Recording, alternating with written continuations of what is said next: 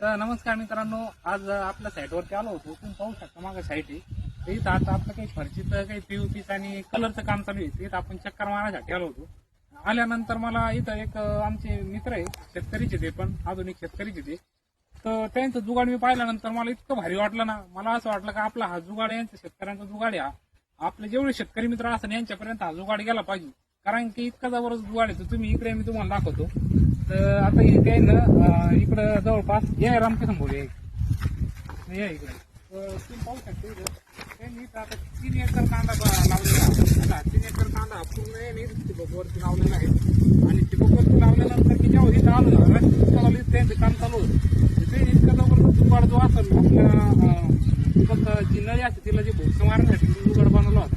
आणि एकदम अत्यल्प खर्चामध्ये त्यांनी इतका जबरदस्त जुगाड बनवला. ते आपल्या त्यांच्या स्वतः सांगणार आहे की त्यांनी कसं बनवलं आणि त्याला पहिला कोणता त्रास होत होता. आणि त्या त्रासाला कंटाळून त्यांनी जे घरी पडेल वस्तू असेल त्याच्याविषयी पडेल वस्तूतून त्यांनी जो जुगाड बनवला आणि त्याच्यातून त्याने शेतीचं जे काम असेल ते एकदम सुरळीत आणि एकदम सोपं करून घेतो. तर रामकृष्ण भाऊ नमस्कार.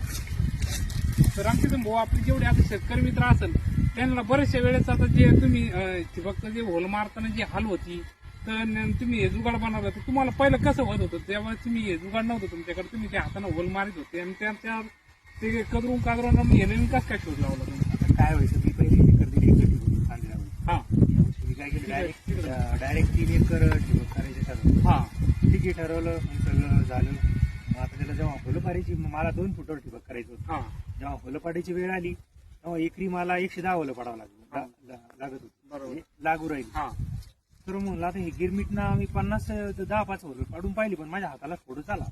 बापरे म्हणलं आता नक्की, आता मी मशीन आणायला जावं लागलं. मग गेलो, मशीनचा तपास केला. हा 2,500 रुपये किंमत सांगितली. बरोबर. त्याची पण 4-5-50 फुलं झाली की तुम्हाला त्याची चार्ज चार्ज करावं करावं लागलं. लागलं. असं ते झालं. हा ती बॅटरी सगळं त्याची कॉस्ट 3,000 जायला लागली. भाऊ. खूपच खर्चिक आहे. हिवल पाडल्यानंतर असंच पडणार आहे. हा बरोबर आहे. आपल्याला लयत लय समजा काय करावं आता, रोजाना माणूस लावा का काय? रोजाना माणूस लावा म्हणलं तर त्याला बी ते म्हणे मेरे को नाही जमेगा एमपीवाला.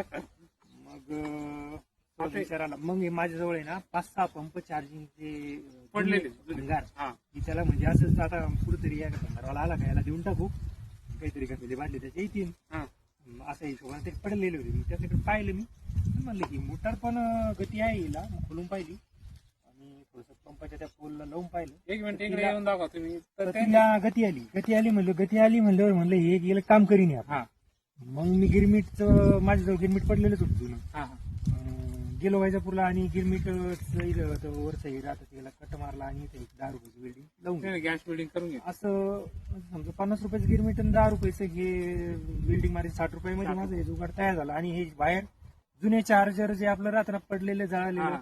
त्याचा तो तुकडा काढला, बॅटरीला अटॅच केला आणि ते पंपाच्या सॉकेटला आता लावलं. माझे तर ते- शेतकरी मित्र सगळे पाहू शकता. एकदम त्यांनी जी घरात आपली आपण याला रद्दी म्हणतो, जी भंगारमधली वस्तू असते त्या भंगारच्या वस्तूपासून त्यांनी इतका जबरदस्त जुगाड बनवला. आता आपण प्रत्यक्ष देणार पाहू ते भोक्ष कसे पाडले. तर 2 मिनिटं या इकडे, तुम्हाला मी दाखवतो. ते नेमकं आपल्याला भोक्ष पाडून एकदम प्रत्यक्ष दाखवणार आहे. जेणेकरून आता सध्या उन्हाळ्यात कांद्याची लागवड लगभग चालू आहे आणि उन्हाळ्यात कांद्याची लागवड चालू असताना तुम्ही पाहू शकता. आता हे जुगाड आहे, हे त्यांनी पंप आहे. या बाई पंपाला पिन लावली, पिन लावल्यानंतर डायरेक्ट बिंग राहिली. आता ते आपल्याला इथं की प्रत्यक्षात होल मारून दाखवणार आहे एकदम सोप्या पद्धतीने आणि एकदम चांगल्या पद्धतीने. तर या बाई तुम्ही जवळ येऊन दाखवा त्यांना. थोडं ज्यावेळेस आहे ना, हा बा आता काही अडचण नाही, फक्त खेटूच तर थोडा प्रॉब्लेम होतो. एकदा होल पाडायला लागलं तर ते मग एकदम होल बी एकदम ऍक्युरेट आहे, एकदम जबरदस्त. बघू शकता एक लेट 30 सेकंदमध्ये आपण पूर्ण होल जे होतं हे बघा. एक मिनिट पाहून घ्या. तर 30 सेकंदमध्ये त्यांनी फक्त जे ठिबकचं होल असेल ते एकदम पूर्ण आणि एकदम सोप्या पद्धतीने, याच्यामध्ये त्यांचे कष्ट कुठलेच नाही, काहीच नाही. त्यांनी आपल्याला सुरुवातीला सांगितलं ज्यावेळेस त्यांनी 10-5 भोके मारले तर त्यांच्या हाताला डायरेक्ट फोड आले होते. फोड आल्यानंतर त्यांनी मग काहीतरी जुगाड लावलं, डोकं चालवलं. अशा पद्धतीने जो आपला पंप असतो शेतकऱ्याकडे, त्या पंपाला त्यांनी हे वायर वगैरे असं म्हणजे एकदम भंगारच्या वस्तू असतात त्याच्यापासून हे जुगाड बनवलं. तर म्हणजे टाकापासून टिकाऊ एकदम जबरदस्त बनवलं. तर आपण रामकृष्ण भाऊचे एकदम पहिलं सुद्ध एकदम असे आभार मानायला पाहिजे. कारण की त्यांनी असं जुगाड जर प्रत्येक शेतकऱ्यापर्यंत पोहोचवल्यामुळं त्यांचे खूप खूप धन्यवाद आहे. तर रामकृष्ण भाऊ आपल्या प्रत्येक शेतकऱ्यांना तुम्ही कसं सांगशाल की अशा पद्धतीने जर बनवलं तर त्यांचे जे कष्ट असेल तो त्यांची मेहनत असेल ती वाचू शकते का? आता समजा 5-50 फुलं जरी पाडायची म्हणली तर भरपूर कष्ट घ्यावं लागत आणि हे सगळं पडलेलंच राहतं आपल्याजवळ, त्याला फक्त एकत्र करायचं आणि जोडायचंय, बरोबर आहे. जास्त काही विशेष नाही. ठीक आहे मित्रांनो, करायला प्रत्येक- तर माझे जेवढे पण शेतकरी मित्र असेल त्यांनी उन्हाळा कांदा केला असेल, त्यांना आता ठिबकचे फुटके मारायचे असेल, त्यांनी अशा पद्धतीने जुगाड करायचा, रामकिसन भाऊ पद्धती ज्यांनी तसं केलं तसा, आणि आपलं काम एकदम सोपं करून घ्यायचंय आणि अर्जंट करून घ्यायचंय.